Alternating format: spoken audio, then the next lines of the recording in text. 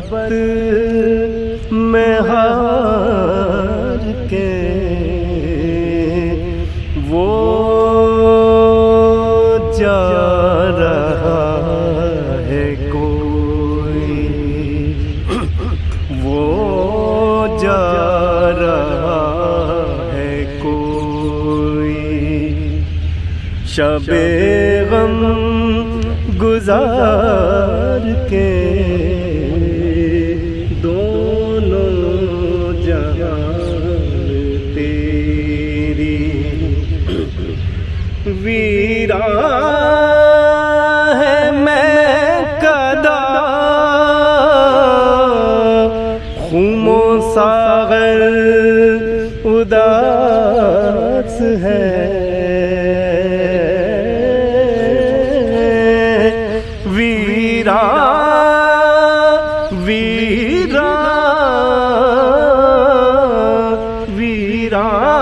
ہے میں کدا خم و ساغر اداس ہے، تم کیا گئے کہ روٹھ گئے دن بہار کے، تم کیا گئے کہ روٹھ گئے دن بہار کے، دونوں جہان تیری ایک فرصت گناہ ملی، وہ بھی 4 دن، ایک فرصت گناہ ملی، وہ بھی 4 دن، دیکھے ہیں ہم نے حوصلے پروردگار کے، دیکھے ہیں ہم نے حوصلے پروردگار کے، دونوں جہان تیری۔ واہ واہ، بہت خوب، بہت خوب میاں، بہت خوب، زبردست۔ دیکھیے قاسم بھائی، زبردست غزل تھی۔ شکریہ بہت بہت۔ یہ فرحت بھائی کی نظر یہ غزل تھی میری، اور آپ سب کی نظر بھی۔ تو بہرحال جامعہ کے جو ایلومنائی دنیا میں موجود ہیں یا جامعہ کے جو بچے ہیں، ان کے لیے آپ کا کوئی پیغام؟